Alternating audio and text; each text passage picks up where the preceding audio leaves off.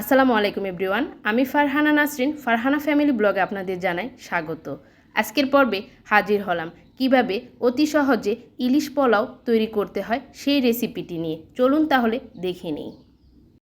ইলিশ পোলাওর জন্য প্রথমেই আমি ইলিশ মাছের প্রিপারেশন করে নিচ্ছি। সেই জন্য একটি বাটিতে নিয়ে নিচ্ছি 2 টেবিল চামচ পরিমাণ পেঁয়াজ বাটা, আর নিয়ে নিচ্ছি 3 টেবিল চামচ পরিমাণ টক দই, আর নিয়ে নিচ্ছি 1 টেবিল চামচ পরিমাণ আদা বাটা, আর সেই সাথে নিয়ে নিচ্ছি 1 টেবিল চামচ পরিমাণ রসুন বাটা। এখন দিয়ে দিচ্ছি 1 চা চামচ পরিমাণ মরিচের গুঁড়া, আর দিয়ে দিচ্ছি 1 চা চামচ পরিমাণ জিরার গুঁড়া, আর সেই সাথে দিয়ে দিচ্ছি 1 চা চামচ পরিমাণ ধনিয়ার গুঁড়া, আর দিয়ে দিচ্ছি স্বাদমতো লবণ। এখন একটা স্প্যাচুলা দিয়ে ভালোভাবে মশলাগুলোকে একসাথে মিশিয়ে নিচ্ছি।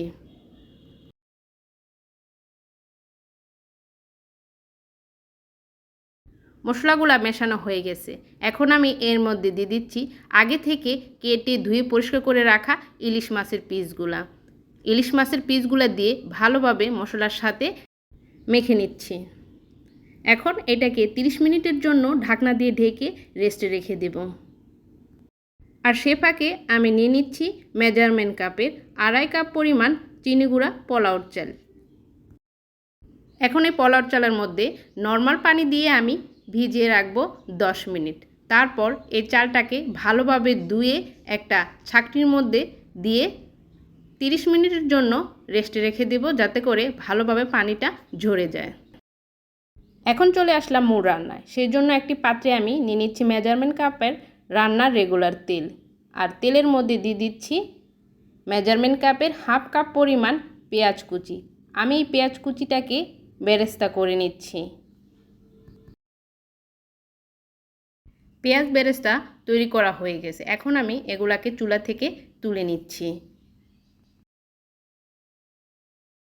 পেঁয়াজ বেরেস্তা তোলার পর যে তেলটা রয়ে গেছে সেই তেলের মধ্যে দিয়ে দিচ্ছি 2 টেবিল চামচ পরিমাণ পেঁয়াজ কুচি, আর পেঁয়াজ কুচিটাকে দিয়ে আমি কিছুক্ষণ নেড়ে এটাকে হালকা ভেজে নিচ্ছি।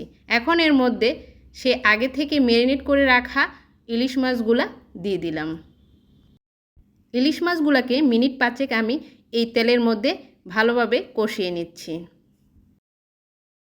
এই মাছটাকে কিন্তু বেশিক্ষণ রান্না করার দরকার নাই, অল্প কতক্ষণ রান্না করলেই হয়ে যাবে। ওলট পালট করে আমি ভালোভাবে মাছটাকে কষিয়ে নিচ্ছি। কষানো হয়ে গেছে, দেখুন তেলটাও বেশি উঠেছে।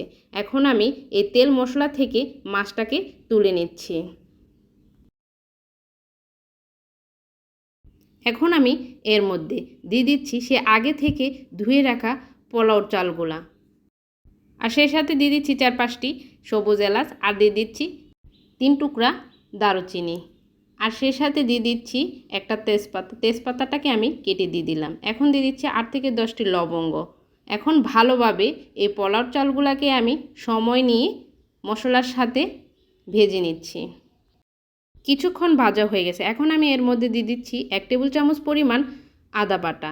আদা বাটাকে দিয়ে ভালোভাবে সময় নিয়ে আমি মিনিট 5 পোলাও চালগুলাকে ভেজে নিচ্ছি, যতক্ষণ না পর্যন্ত এই পোলাও চালগুলা হালকা হালকা অনুভব হচ্ছে আর একটা শনশন আওয়াজ হচ্ছে। পোলাও চালগুলা ভালোভাবে ভাজা হয়ে গেছে। এখন আমি এর মধ্যে দিয়ে দিচ্ছি মেজারমেন্ট কাপের 5 কাপ পরিমাণ বলক তোলা গরম পানি। যেহেতু আমি পোলাও চাল নিয়েছি 2.5 কাপ পরিমাণ, সেই জন্য পোলাও চালের ডাবল পরিমাণ এখানে পানি দিয়ে দিলাম। তবে চেষ্টা করবেন পানিটা গরম পানি ইউজ করার। এখন আমি হালকাভাবে নেড়ে দিচ্ছি, আর সেই সাথে এর মধ্যে দিয়ে দিচ্ছি স্বাদমতো লবণ। লবণটাকে দিয়ে ভালোভাবে নেড়ে ঢাকনা দিয়ে ঢেকে অপেক্ষা করব পানিগুলা টেনে আসা পর্যন্ত। বেশি সময় লাগে না, যেহেতু আমি গরম পানি দিয়েছি। এখন আমি ঢাকনাটা সরিয়ে নিলাম, আর এর মধ্যে দিয়ে দিচ্ছি সে আগে থেকে তৈরি করে রাখা কিছুটা পেঁয়াজ বেরেস্তা, আর দিয়ে দিচ্ছি কাঁচামরিচ। কাঁচামরিচের মাথাগুলোকে আমি ছিঁড়ে দিচ্ছি, যাতে করে এই পোলাওর মধ্যে সুন্দর একটা ঘ্রাণ আসে।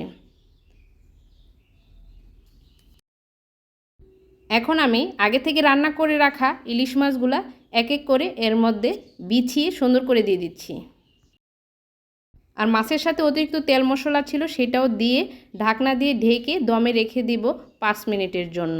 5 মিনিট পর ঢাকনাটা সরিয়ে নিচ্ছি। এখন মাছগুলোকে আবারও উল্টিয়ে দিচ্ছি। মাছগুলোকে উল্টিয়ে দিয়ে আবারও 5 মিনিটের জন্য ঢাকনা দিয়ে ঢেকে আমি দমে দিয়ে দিলাম। আর সেই সাথে তৈরি হয়ে গেল আমার ইলিশ পোলাও। এখন আমি ঢাকনাটাকে সরিয়ে নিচ্ছি আর আপনাদেরকে দেখিয়ে দিচ্ছি। ঢাকনাটা সরানোর পর দারুণ একটা ফ্লেভার বের হয়েছে। উপর থেকে ইলিশ মাছগুলোকে আমি হালকাভাবে সরিয়ে নিচ্ছি। ইলিশ মাছগুলা সরানোর পর দেখেই নিশ্চয়ই বুঝতে পারছেন পোলাওগুলা কতটা ঝরঝরে হয়েছে। আশা করছি আমার আজকের এই ইলিশ পোলাও রেসিপিটা আপনাদের ভালো লেগেছে। ভালো লাগলে অবশ্যই পরিবার পরিজনদেরকে তৈরি করে খাওয়াবেন আর কমেন্টস করে জানাবেন। আর সেই সাথে আমার চ্যানেলটাকে সাবস্ক্রাইব করে আমার পাশে থাকবেন। সবার সুস্বাস্থ্য কামনা করে আজকের মতো এখানে বিদায় নিচ্ছি। আবারও হাজির হব নতুন কোনো রেসিপি নিয়ে। আল্লাহ হাফেজ।